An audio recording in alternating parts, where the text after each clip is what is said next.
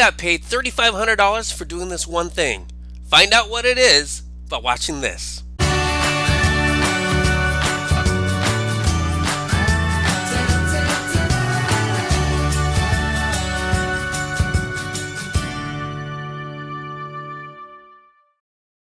Hey, so what's this all about?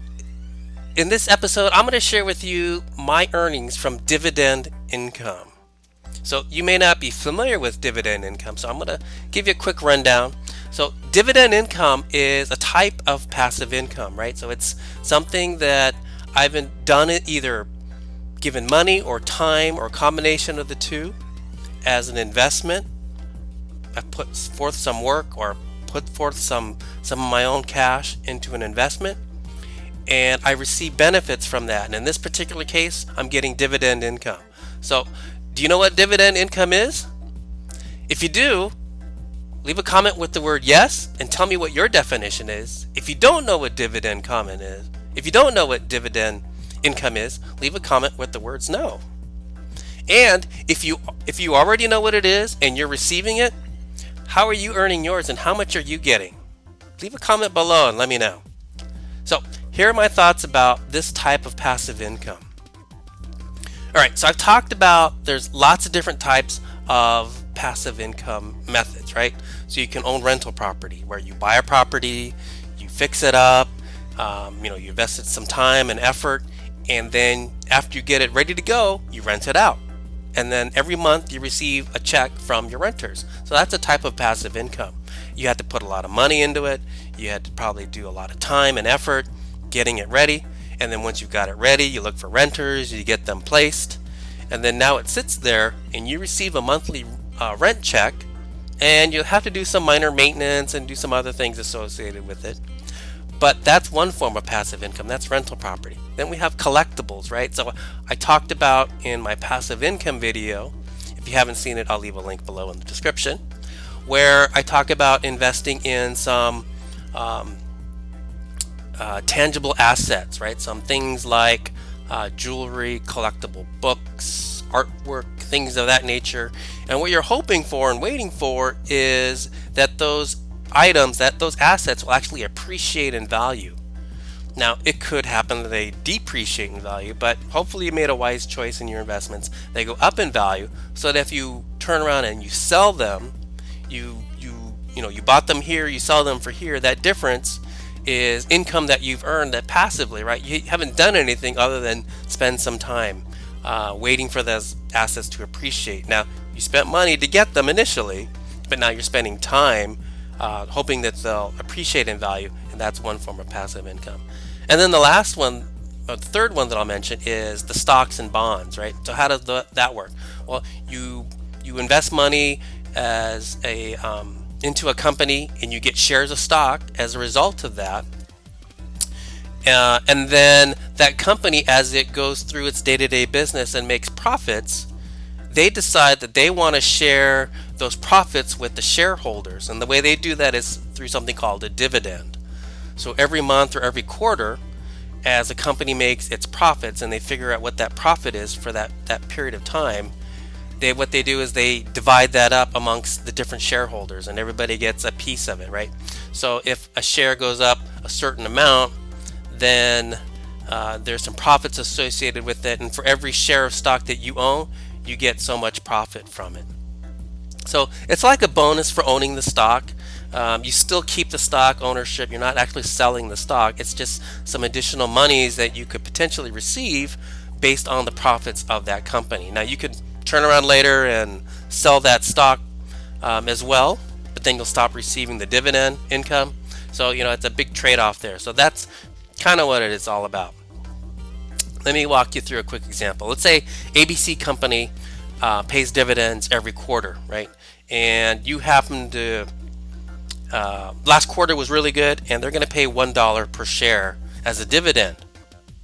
Now, if you own, or I own 100 shares of that stock, I'm going to get $1 for every share that I own. So I'm going to get a dividend payment of $100, and I still hold and maintain that stock as part of my portfolio. All right, so now that I've explained a little bit about what dividend income is, as it relates to owning shares of stock, let's take a look at one of my accounts. It's a brokerage account that I have where I own a basket of different stocks, and each of them pays different dividends. So I'm going to kind of walk you through what I have, what I'm holding, and then the dividend payments that I receive from it, and we'll take a look at how much I've received so far. Now it's the beginning of October, so for the first 3 quarters of 2019, I'll show you what I've received. I'll share my numbers with you. You could take a look at how much I've received, and then you'll get a better sense of what's going on. So I brought up a web browser, and what I've done is logged into Vanguard. They are a financial institution that I use for, well, it's one of the financial institutions that I use to hold some of my stocks. And let me just log in real quick, and we'll get access to my account here. And then from here, once we get fully logged in, it gives me like the summary. And now I want to drill down and look at the activity that's occurred for the year to date. So it's 2019. I want to look at the first 3 quarters and see all the transactions that occurred during this first 3 quarters. And specifically, I'm looking for dividend payments. So this is a ledger of my account. It shows all of the activity, and I'm going to filter on, so I'm going to specify 2019 year to date, so that's for this year only. All of my holdings and transaction types, I'm going to specify dividends. So I only want to see the dividends that have been paid to me, and I'm going to download that so that I can read it into a spreadsheet and then share that spreadsheet with you, because it's going to be a little bit easier for us to read.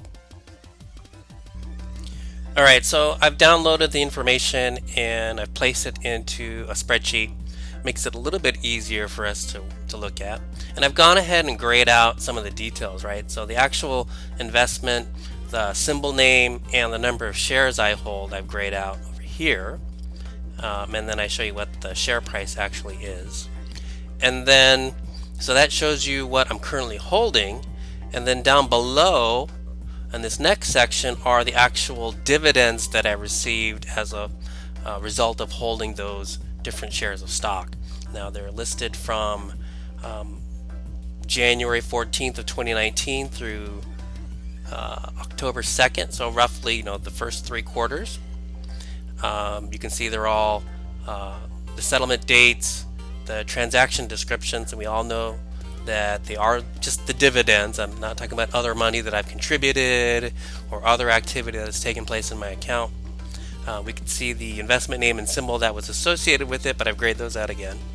And then the net amount that I received the net amount I received as the dividend, right? So we can see this first one here listed as $11.04, then $8. Here's 2 cents. Here's one for $737. And so there's a number of investment, or a number of dividend. So there's a number of dividends that I've received, and I've listed them here. And if we add them up, the total is $2,622.42. So that's for the first 3 quarters. So what I did was then I went ahead and divided that. So if this is the first 3 quarters, or roughly 270 days, I took this number, I divided it by 270, and it works out to just under $10 per day. It's $9.71 per day. If we take that information now and extrapolate it out, what does that look like per month? Well, roughly it's going to be $291.38. Now, granted, the last 3 months of this year, we don't know how the stocks will perform, and so we're kind of guessing at what the dividend might be, but we're just going to assume that it's fairly linear, and that the amounts that I received previously in the first 3 quarters will be the same, ratios that I'll receive in the last 3 months, that last quarter. And so per month it works out to $291.38. And then if we take this per day value and multiply it out, or this per month value and multiply it out by times 12 months, we get $3,496.56. So roughly $3,500 for the year in dividends. So this is money that I've invested in the stock market. I own shares of stock, And once I put that money in there, I haven't touched it, so I've done nothing else with it, other than to just look at it every day, or however often I check my account. So this is truly passive income, where I'm taking money, I'm investing in other money or financial instruments, and then the benefits that I'm receiving, the payments that I'm getting from those companies as a shareholder, because they're sharing the profits with me, come back to me as a dividend.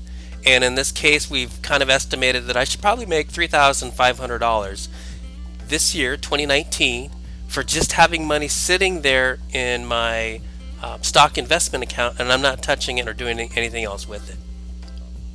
Okay, so that was pretty awesome, right? You got to see dividend income. I not only told you what it is, a little bit about how it works, I actually showed you my account and shared my numbers with you. And so this is another way that you could earn passive income, is through holding a financial instrument like stocks or bonds, mutual funds, exchange traded funds, ETFs, things of that nature, where you invest not so much time, a little bit of your time, right? Because you have to kind of pick the stocks that you want to hold, but you have to invest your money, and then you're going to let it sit there, and the stock market's going to go up and down and sideways and do all these different things, and then hopefully things go upwards, right? The company's profitable, the stock price goes up, everybody's happy, and then you'll get a dividend income from there, right? And so that dividend income is a result of owning those shares of stock. So you have to put your money into a financial instrument like a stock, and then cross your fingers, hope everything works well, right? And then hopefully you'll get some money back out of it. So what do I think about dividend income as a passive income strategy? Well, there's a time investment and a money investment, right? So there's a little bit of time, as I mentioned. You've got to spend some time picking the right stocks, ones that you think will appreciate in value. The company will do well over time, and they'll pay profits, aka dividends, to the shareholders. But then there's also a huge money investment, right? So you have to be willing to take your cash, your hard-earned cash that you own, and invest it into a company by buying shares of stock. So there's a cash outlay there for you, right? So you're going to tie up your money because you actually bought the stock, and you're going to hold these shares of stock. And then hopefully, like I said, the company does well, they have a profitable quarter or month or whatever it happens to be, how often they pay their dividends, and then they'll share the profits with the shareholders. Hi, quick announcement. We're super excited about this new ebook titled 20 Ways to Make an Online Income. If you're stuck thinking about different ways that you can work from home, get this free ebook. It's real simple. All you do is visit TEACHucation.com/free ebook, and we'll send it right out to you. You can also click a link in the description below.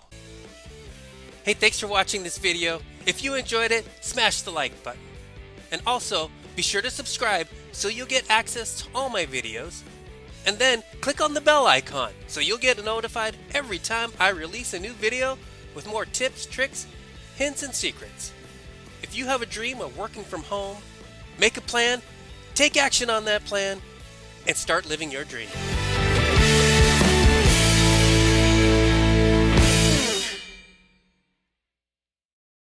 Hey, so I got a quick legal disclaimer here. The content that I'm sharing with you should not be construed as financial or legal advice. What I'm giving you is strictly for educational purposes only. So if you need to, please consult with a qualified professional regarding your specific situation. Now that I've got that out of the way, let's get down to the real content.